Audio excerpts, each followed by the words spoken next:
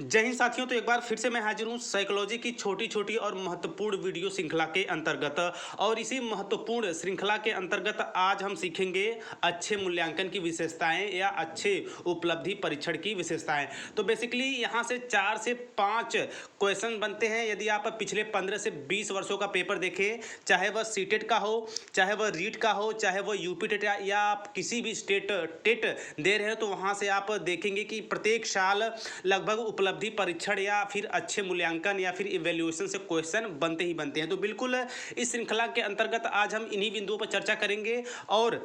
और ये मेरा बिल्कुल चैलेंज है कि इस वीडियो को देखने के बाद आपसे मूल्यांकन का एक भी क्वेश्चन छूटने वाला नहीं है। चीज़ों को बिल्कुल रिलैक्स मोड में सीखिएगा, बिल्कुल इजी वे में आपको चीज़ें बताई जाएंगी। तो चलिए इसी श्रृंखला के अंतर्गत हम वीडियो प्रारंभ करते हैं। तो देखिए साथियों, अच्छे मूल्यांकन की विशेषताएं, यानी कि या तो क्वेश्चन में अच्छे मूल्यांकन की विशेषताएं आपसे पूछ सकता है या फिर वहाँ पे शब्द रहेगा उपलब्धि परीक्षण की विशेषताएं। तो आपको इन दोनों शब्दों में कंफ्यूज नहीं होना है, इनके जो आंसर्स होते हैं वो एक ही होते हैं। तो बेसिकली आपके 4 क्वेश्चन यहाँ से बनते हैं। यदि आप पिछले प्रश्न पत्रों को खंगालेंगे तो पहला प्रश्न यहाँ से ये बनता है कि मूल्यांकन की विशेषता। दूसरा प्रश्न बनता है यहाँ से उपलब्धि परीक्षण विशेषता। तीसरा प्रश्न यहाँ से बनता है अच्छे परीक्षण की विशेषता। या फिर चौथा यहाँ से क्वेश्चन बनेगा अच्छे मूल्यांकन की विशेषता। शब्दों जो एग्जामिनर है वो शब्दों को थोड़ा सा उलट फेर करता है आपके माइंड के साथ खेलने के लिए। तो बिल्कुल अपने माइंड सेट को बिल्कुल क्लियर रखिए। और साथ ही साथ कह दूं कि यदि आप किसी भी शिक्षक भर्ती की तैयारी कर रहे हैं, आप सीटेट रीट की तैयारी कर रहे हैं, आप यूपी टेट या किसी भी स्टेट टेट की तैयारी कर रहे हैं, तो यह वीडियो आपके लिए काफ़ी ज़्यादा हेल्प होने वाली है, क्योंकि प्रत्येक वर्ष यहाँ से क्वेश्चन बनना लगभग तय होता है। तो चलिए आगे चलते हैं। तो देखिए, एक अच्छे मूल्यांकन या उपलब्धि परीक्षण में निम्नलिखित बिंदु शामिल होते हैं। यानी कि एक अच्छा मूल्यांकन हम किसे कहेंगे, एक अच्छा उपलब्धि परीक्षण किन्हें कहेंगे। यदि वह मूल्यांकन इन 5 बिंदुओं को अपने अंदर समाहित करता है तो हम उसे एक अच्छा मूल्यांकन या फिर एक अच्छा उपलब्धि परीक्षण कहेंगे। तो देखिए, जो पहली बिंदु क्या है, वैधता है।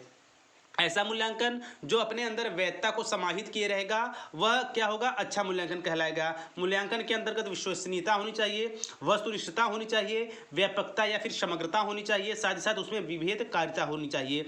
तो इन 5 बिंदुओं से क्वेश्चन कैसे बनता है, इनकी परिभाषा क्या है, और जो शब्दों का उलट फेर है जहां से एग्जामिनर क्वेश्चन बनाता है, वो सारी चीज़ें डिस्कस करेंगे। और वीडियो के लास्ट में मैं आपको एक अच्छे मूल्यांकन और उपलब्धि परीक्षण के विषय में एक्स्ट्रा फैक्ट बताऊंगा, जहां से आप कम समय में सही आंसर को पिक कर सकते हैं। तो आगे चलते एक एक बिंदु का विश्लेषण करते हैं, वहां से चीज़ें और भी सहज होकर आपके सामने आएंगी और किसी तरह का कोई भी कंफ्यूजन नहीं रहेगा। और ये जान जाइए साथियों कि बिल्कुल ये चीज़ें आपके माइंड में सेट होने वाली है, क्योंकि हम लोग को हार्ड स्टडी के साथ साथ स्मार्ट स्टडी भी करना है। यानी मेहनत तो पूरी करनी है, लेकिन हमारा जो पढ़ने का तरीका होना चाहिए वो स्मार्ट, कम समय में हमें अच्छी और इम्पोर्टेंट चीज़ों को सीखना है। तो सबसे पहली जो बिंदु आती है वैधता। तो देखिए, जिन उद्देश्य की पूर्ति के लिए मूल्यांकन का निर्माण किया गया है, यदि वह उसका मापन करता है तो वैध कहलाता है।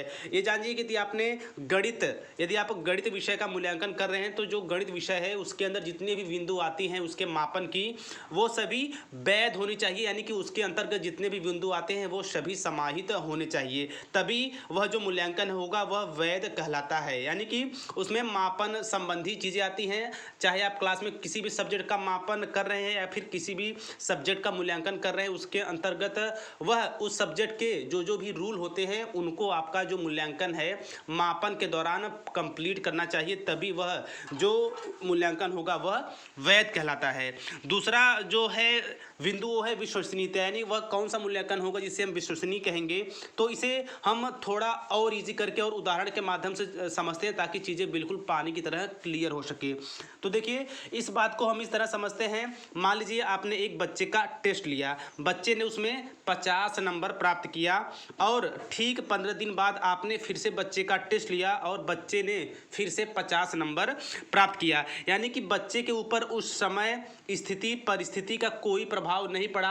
यानी कि आपने 10 दिन बाद जब बच्चे का टेस्ट लिया होगा तो जाहिर सी बात है समय, परिस्थितियाँ, मौसम सब कुछ चेंज हुआ होगा, लेकिन बच्चे के नॉलेज के ऊपर, बच्चे के टेस्ट के ऊपर उसका कोई प्रभाव नहीं पड़ा। इसे ही क्या कहते हैं, विश्वसनीयता कहते हैं। यानी कि किसी भी परिस्थिति का प्रभाव न पड़ना बच्चे के ऊपर, किसी भी स्थान का प्रभाव न पड़ना, बच्चा जितना नंबर लेकर आया है वह कुछ दिन बाद फिर उतना नंबर लेकर आता है। तो इस तरह के मूल्यांकन को हम विश्वसनीय मूल्यांकन कहलाते हैं। ऐसा मूल्यांकन पूरी तरह से विश्वसनीयता को समाहित किए होता है।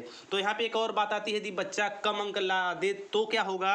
तो देखिए, यदि बच्चे के प्राप्त अंकों में अंतर आ जाए, यदि बच्चा 50 नंबर की जगह 40 नंबर प्राप्त करे, 35 नंबर प्राप्त करे, तो अब वह मूल्यांकन विश्वसनीय नहीं कहलाएगा। यानी विश्वसनीय मूल्यांकन वही कहलाएगा जिसमें किसी भी तरह का समय, परिस्थिति, अवस्था, काल का कोई प्रभाव न पड़े। बच्चे ने जो अर्जित किया है वह कुछ दिन बाद हम जैसा टेस्ट लें, बच्चा स्वयं को खुद उसी रूप में प्रस्तुत करता है या फिर उतने ही अंक लाता है। यहाँ स्पेशली अंक की बात हो रही है साथियों।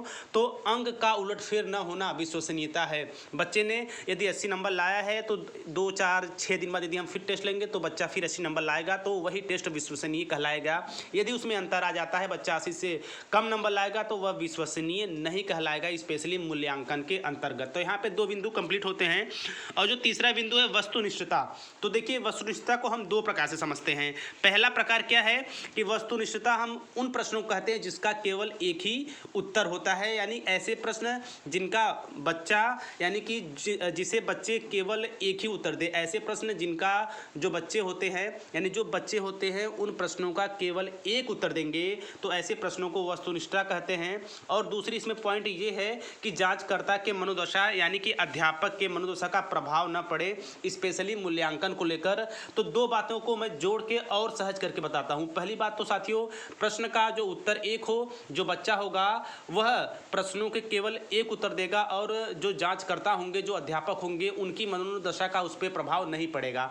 तो देखिए, मनोदशा का प्रभाव नहीं पड़ेगा मतलब ये है कि मान लीजिए आपने बहुत बार देखा होगा कि मान लीजिए कोई अध्यापक या अध्यापिका है, यदि घर से उनकी थोड़ी सी अनबन हुई रहती है तो उसका पूरा असर वो कॉपी पे दिखाते हैं। यदि अध्यापक या अध्यापिका का माइंड अच्छा रहता है तो बच्चा कम लिखे रहते हैं तो भी वो पूरा नंबर दे देते हैं, और यदि उनका माइंड थोड़ा सा अपसेट है तो बच्चे कितना भी अच्छे लिखे होते हैं वो उनको कम नंबर देते हैं। तो ऐसे में बस यही बात है कि जो अध्यापक या अध्यापिका है उनके मनोदशा का प्रभाव बच्चे के मूल्यांकन के ऊपर न पड़े, और जो बच्चा है वह प्रश्नों के केवल एक उत्तर लिखे या दे, तो उसे हम क्या कहेंगे, मूल्यांकन की वस्तुनिष्ठता कहते हैं।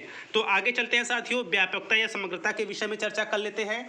तो देखिए, ये जो 4 मूल्यांकन की जो चौथी पॉइंट है, टेस्ट में सभी प्रकार के प्रश्नों का समावेश होना चाहिए। यानी जो प्रश्न बने वह पूरे पाठ्यक्रम पर आधारित हो और ज्ञानात्मक, भावात्मक, क्रियात्मक तीनों उद्देश्यों का मापन करता हो, तो वह टेस्ट अच्छा होगा और साथ साथ वह मूल्यांकन व्यापक या समग्र कहलाएगा। तो यहाँ पे समझिए, जब भी हम बच्चे के क्लासरूम में टेस्ट लेंगे तो उस टेस्ट में जो पाठ्यक्रम होगा उसका जो प्रश्न बनेंगे उस पाठ्यक्रम से बनना चाहिए, और साथ साथ जो प्रश्न बने वो बच्चे के ज्ञान से, भाव से और क्रिया से तीनों पक्षों की पूर्ति करते हों, तीनों पक्षों को खुद के अंदर समाहित करते हों, ताकि बच्चे का सर्वांगीण विकास हो सके। तो ऐसे में व्यापकता या समग्रता मूल्यांकन कहलाएगा यदि उसमें आपके टेस्ट में सभी तरह के प्रश्नों का समावेश हो। और लास्ट जो पॉइंट बचती है साथियों, विविधकारिता।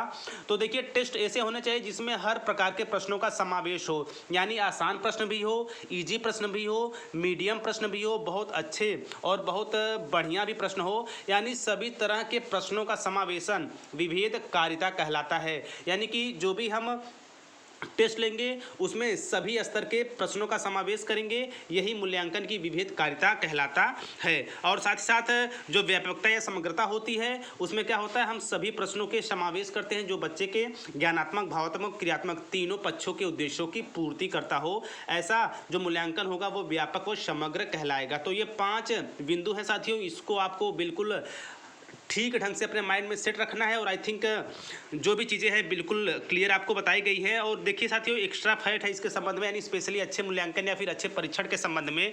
तो देखिए, मूल्यांकन की जो खास विशेषताएं होती हैं, तो देखिए इसमें पहला है कि मूल्यांकन व्यवहारिक होना चाहिए। दूसरे में कहा जा रहा है कि मानकीकृत होना चाहिए, ब्लूप्रिंट बेस होना चाहिए, निर्धारित संस्था उसको बनाए, निर्धारित नियमों का पालन हो, साथ ही साथ उपयोगी होनी चाहिए, मितव्ययी होनी चाहिए और ज़्यादा खर्चीली नहीं होनी चाहिए। रही कुछ मूल्यांकन मूल्यांकन की खास विशेषताएं। तो आई थिंक अब आपको चाहे अच्छे मूल्यांकन की विशेषता पूछे, चाहे मूल्यांकन की विशेषता पूछे, चाहे अच्छे उपलब्धि परीक्षण की विशेषता पूछे या फिर उपलब्धि परीक्षण की विशेषता पूछे, इन चारों प्रश्नों का जो उत्तर है वह 5 बिंदुओं के अंतर्गत आपको दे दिया गया है। तो आई थिंक साथियों अब किसी तरह कन्फ्यूजन आपके मन में न रहेगा और ऐसे ही बिल्कुल जो चीज़ें हैं उसको व्यवस्थित करते हुए अच्छी और बिल्कुल शुद्धताओं की पराकाष्ठा को नापते हुए आपको बेहतरीन साइकोलॉजी की इस छोटी छोटी और इम्पोर्टेंट वीडियो की श्रृंखला में मिलती रहेगी। तो बिल्कुल चैनल के साथ जुड़े रहिए। यदि आप शिक्षक भर्ती की तैयारी कर रहे हैं, यदि आप सीटेट, रीट, यूपी टेट या फिर किसी भी स्टेट टेट की तैयारी कर रहे हैं तो ये वीडियोस आपके लिए काफ़ी ज़्यादा फायदेमंद होने वाली हैं। तो साथियों बिल्कुल आप लोग तैयारी करते रहिए और अपना बेस्ट वर्जन तैयार करने के लिए हमेशा तत्पर रहिए। तो मिलते हैं नेक्स्ट वीडियो में नेक्स्ट इन्फॉर्मेशन के साथ। तब तक स्वस्थ, व्यस्त और मस्त रहिए। जय हिंद, वंदे मातरम।